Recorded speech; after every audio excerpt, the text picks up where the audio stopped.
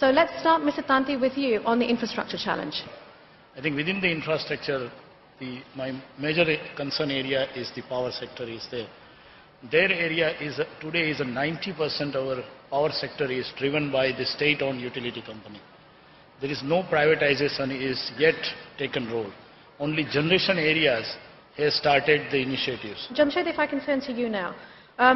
You spoke very eloquently of the leadership that has already taken place in India on the built environment, the stock of LEED certified buildings that we have. Given that we are experiencing rapid urbanization and bearing in mind what I mentioned earlier about most of those people living in cities, what's the way forward that you see and how can that be accelerated? The smart policies essentially are about housing, about transport and about transit. Transit is a huge thing. The other area is appliances. Now we've got standards for appliances. Air conditioning is a huge use of electricity. And green buildings, insulation, windows, there are so many things like that. So actually you need to map out, what are the, where is the consumption of electricity in a city and then see for each of those what is the solution. Don't we need a scale of ambition to match the scale of the need? And when are we going to see it?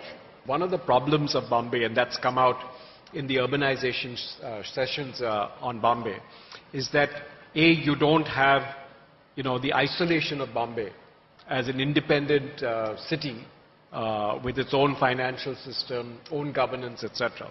It's part of the larger Maharashtra. So I think governance is one part of it. Multiple agencies are always working in this. So I think our job as civil society, as industry, as those interested in this area, is really to forge those policies and get the government across the board to agree to them. A lot of that is happening today. I think the interest in this area is growing rapidly. I think the realization that a city like Bombay is completely unsustainable from a housing point of view, from an energy point of view, from a quality of life point of view. I think that realization is making the change. How do you match the scale of ambition with the relatively limited public resources?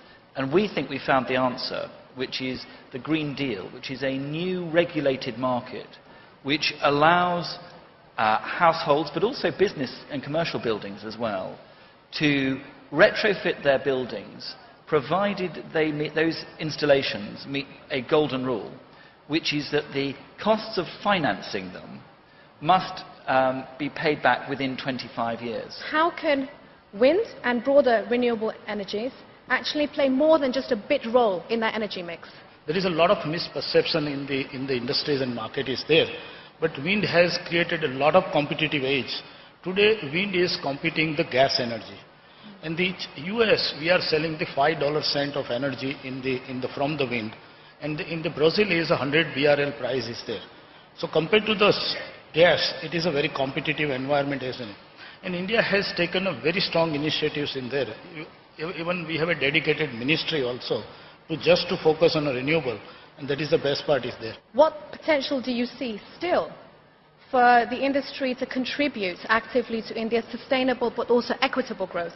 We have reduced our power consumption by 20% in the last 18 months by doing simple things, by looking at the bulbs that we use, how we distribute air conditioning, a lot of new things that we have done within the building, within existing infrastructure. Every new building is now LEED certified at Platinum. That's the target that we have set for ourselves. Right now, 20% of our energy consumption is from renewable sources. By 2017, we want to take that to 100%.